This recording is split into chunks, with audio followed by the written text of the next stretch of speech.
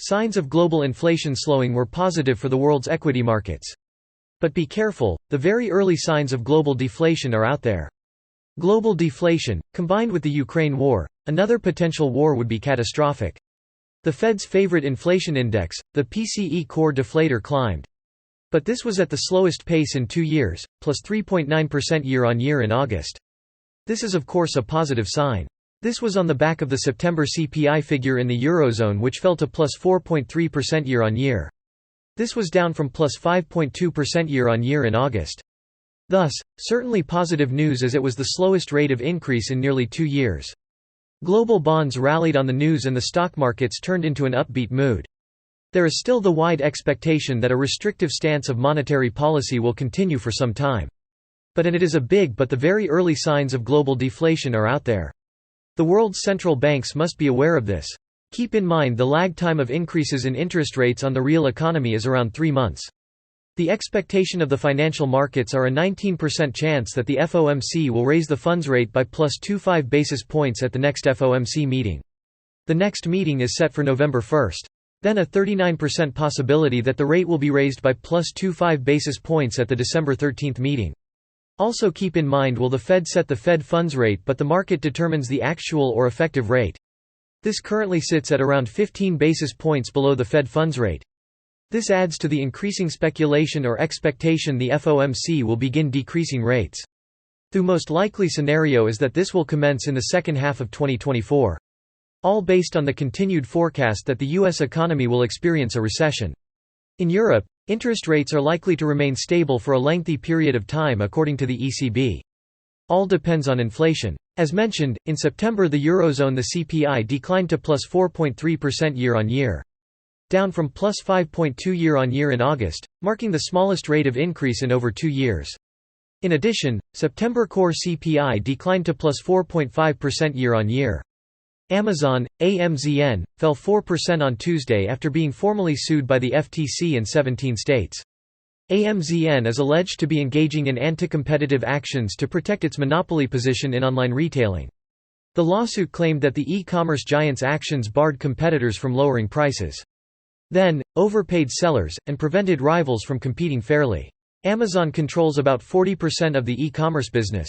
Thus this is a huge antitrust case.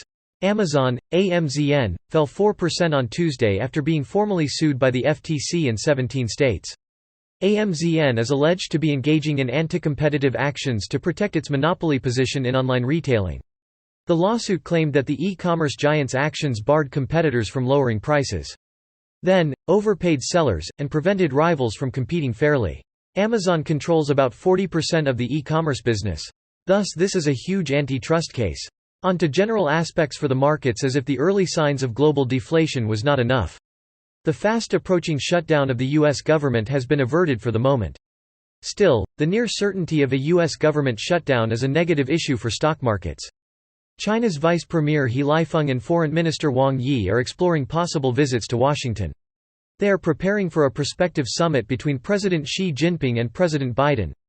Personal spending in the United States increased by plus 0.4% month-on-month in August.